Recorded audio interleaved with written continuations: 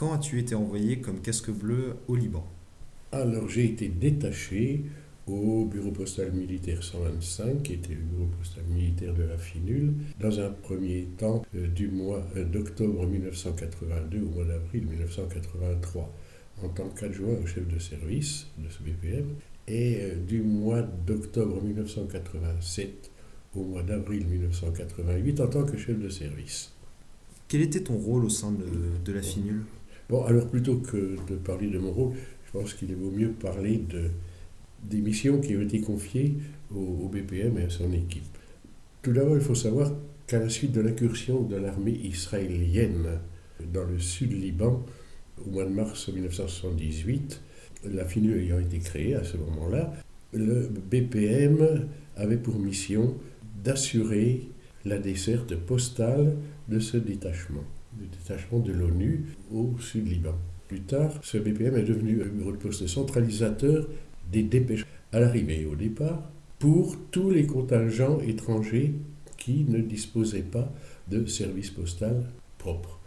Quelle était la situation sur place lorsque tu es arrivé? Alors, la situation sur place, quand je suis arrivé, moi je suis arrivé donc, dans un premier temps, en 1982. Je pense que c'est mon premier détachement qui est le plus intéressant, puisqu'il succède à l'intervention des forces israéliennes au Liban.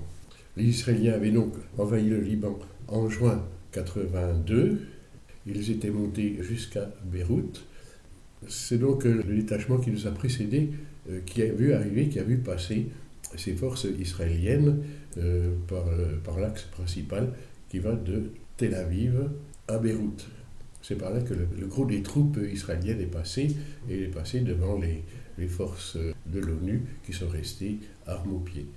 Alors je ne sais pas si on peut leur reprocher ça à l'ONU, c'est qu'il y avait à peu près 8000 hommes de l'ONU et que les forces israéliennes étaient évaluées à 80 000 hommes, avec beaucoup de chars, beaucoup de canons, alors que les forces de l'ONU présentes à Nakura avaient en tout et pour tout 2 véhicules de l'avant blindés.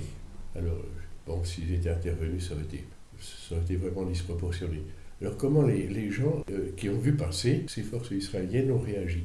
Eh bien, ils ont réagi intérieurement très mal. Très mal parce qu'ils sont sortis diminués. Ils ont été, dans un sens, frustrés de n'avoir pas pu intervenir, et puis dans l'autre sens, soulagés parce que ça a été vraiment, vraiment dur. La situation est la suivante. Alors, il faut bien dire que cet axe Tel Aviv-Beyrouth, c'est très important parce que c'était la seule voie pour la FINUL, la seule voie d'accès à Beyrouth, où il y avait des détachements. Et nous, on avait un convoi postal qui nous menait à Beyrouth, dans des conditions assez scabreuses. Ils étaient victimes de ce qu'on appelait des tirs d'intimidation. Alors on ne sait pas très bien si ça venait des Hezbollah, on ne sait pas très bien d'où ça venait. Enfin, il y avait tellement de factions dans ce coin-là qui s'opposaient qu'on ne savait pas très bien qui est-ce qui tirait, mais ils tiraient au-dessus uniquement pour intimider. Alors personne ne répondait. Et lorsque tu es parti? Ben, lorsque je suis parti, ça n'avait pas changé. Hein. La voie, elle avait été coupée lorsque les forces israéliennes se sont repliées au sud du fleuve Litani. Sur injonction de l'ONU, il y a eu une résolution du Conseil de sécurité de l'ONU qui les a obligés à se retirer au sud du Litani. Alors là, on a pu reprendre, renvoyer à nouveau du courrier sur Beyrouth, sur l'aéroport de Beyrouth, mais on était constamment arrêtés à des checkpoints israéliens sur la route qui nous retardaient, qui vérifiaient, qui étaient là uniquement pour embêter le monde. Alors après, bon, ça s'est arrangé, et quand je suis reparti au mois d'avril, on pouvait à nouveau circuler à peu près librement, sans problème, jusqu'à Beyrouth. D'accord. Donc une amélioration de la situation, en quelque Oui, sorte. pour nous, oui, mais autrement, ça n'avait pas changé. Hein. Il y avait toujours ces factions qui s'opposaient les unes aux autres. Au deuxième séjour, là, ça avait changé. Les convois sur Beyrouth étaient moins hasardeux, et on n'avait plus le problème des checkpoints israéliens puisqu'ils s'étaient complètement retirés. Mais il y avait des problèmes avec l'armée Liban Sud. Enfin, Il y a eu toujours des problèmes avec un groupe de ci, un groupe de là, surtout à la suite d'un incident qui avait eu lieu. Les détachements militaires, qu'ils soient ghanéens, qu'ils soient norvégiens, avaient pour mission essentielle de vérifier, de contrôler tout ce qui se passait. Alors, ils faisaient ouvrir les coffres pour voir s'il n'y avait pas d'armes. Il y a eu cet incident. Un médecin libanais ne voulait pas tellement ouvrir son coffre. Un Norvégien lui a tiré dessus et l'a tué. Les Libanais n'ont pas tellement apprécié ça. Est-ce que tu as trouvé que la finule avait un impact au Liban ? On ne peut pas avoir d'effet négatif dès lors qu'on ne fait pas grand-chose. Et il faut bien dire qu'on ne faisait pas grand-chose.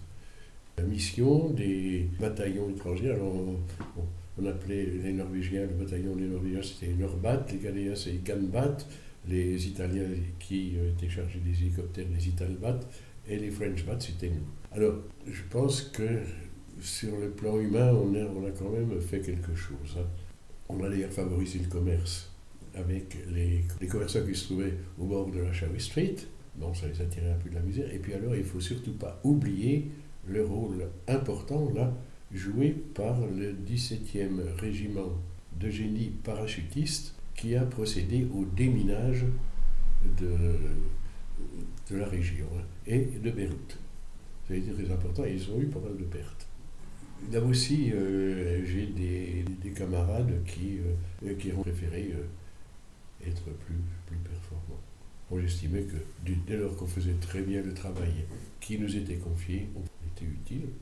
Le personnel de l'ONU à la FINUL, il y avait beaucoup de monde, je ne sais pas très bien à quoi ils servaient, des civils, hein, parce qu'il y avait toute une administration civile avec qui on entretenait de bonnes relations, mais enfin, moi, je pense qu'ils ne faisaient pas grand-chose. C'était à mon niveau, hein, maintenant, je ne savais pas tout. Une question plus générale maintenant. Quels sont les points qui te semblent critiquables vis-à-vis de l'ONU ? Eh bien, c'est ça, hein, c'est beaucoup de personnel. Et puis, l'ONU n'étant pas armée, elle ne pouvait pas intervenir militairement, s'opposer militairement à l'intervention d'Israël au Liban. D'abord parce que ça aurait créé des complications internationales énormes, je ne sais pas comment ils auraient réussi à s'en sortir. Et puis en plus, il aurait fallu, pour s'opposer à ces 80 000 hommes qui sont passés d'Israël au Liban, mais il aurait fallu des forces égales. Et puis du matériel, et puis ça aurait coûté très très très cher.